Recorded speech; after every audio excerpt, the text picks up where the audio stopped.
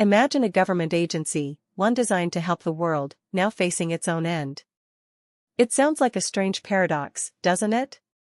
But what if that ending comes with a price tag of $19 billion? And what if, right now, there are people out there whose lives could be saved with just a fraction of that sum?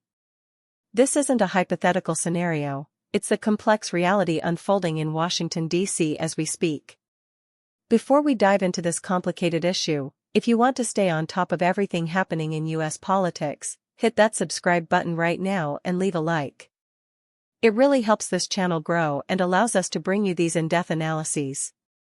So, let's talk about the U.S. Agency for International Development, or USAID.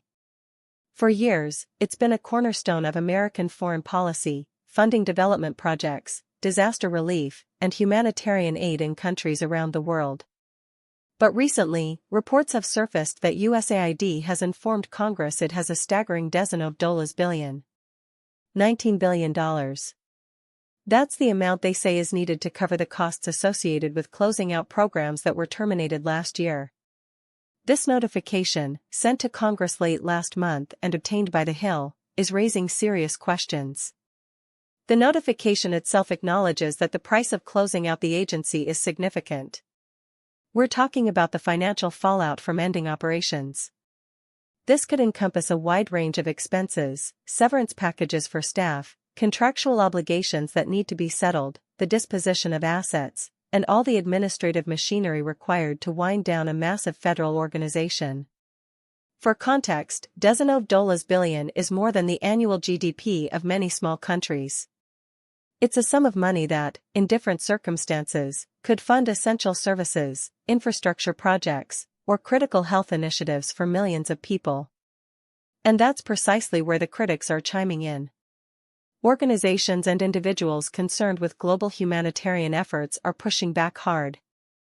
They argue that instead of allocating such a colossal amount to simply cease operations, these funds should be redirected to immediate, life-saving interventions. Think about it, in regions plagued by famine, conflict, or natural disasters, $19 billion could provide clean water, food security, emergency medical care, and shelter for an immense number of people. The argument is a moral one. Is it ethically justifiable to spend such a vast sum on bureaucratic closure when lives are demonstrably on the line? The core of the debate lies in the intention behind these funds. Is this truly just about the unavoidable costs of dissolution, or is there an element of bloat, of inefficiencies being masked as necessary closure expenses? Critics suggest that the termination of these programs, if indeed it happened last year, should have been planned and executed with a much clearer financial picture, one that wouldn't necessitate such a colossal sum for wrap-up. They are asking for transparency and accountability, wanting to ensure that these funds are not being utilized in a way that prioritizes process over people. This situation also raises broader questions about America's role in the world. When an agency tasked with international development is being shut down, and its closure costs are astronomical, what message does that send to our allies and to the populations we have historically supported? It can be interpreted as a withdrawal, a shift in priorities away from global engagement and towards domestic concerns, even if the justification is framed as fiscal responsibility. The potential outcomes are multifaceted. On one hand, if the $19 billion is indeed strictly necessary for closing out contracts and obligations, then the debate becomes one of fiscal management and the efficient use of taxpayer money, even in dissolution. The government would need to provide a clear, itemized breakdown to justify this expenditure. On the other hand, if there is any flexibility or any opportunity to reallocate even a portion of these funds, the humanitarian implications are profound.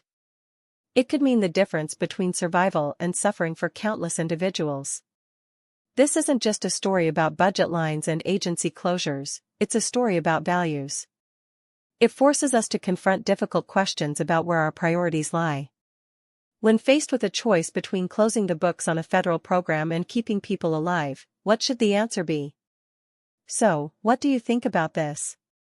Is this $19 billion a necessary cost of closing down USAID, or is it a missed opportunity to save lives? Drop your opinion in the comments below. I read every single one. This is a complex issue with significant implications, and your perspective matters. The decisions made in Washington reverberate far beyond the Beltway, impacting lives and shaping the global landscape. Understanding these intricate details is crucial to navigating the political currents that define our nation. We'll continue to follow this story closely.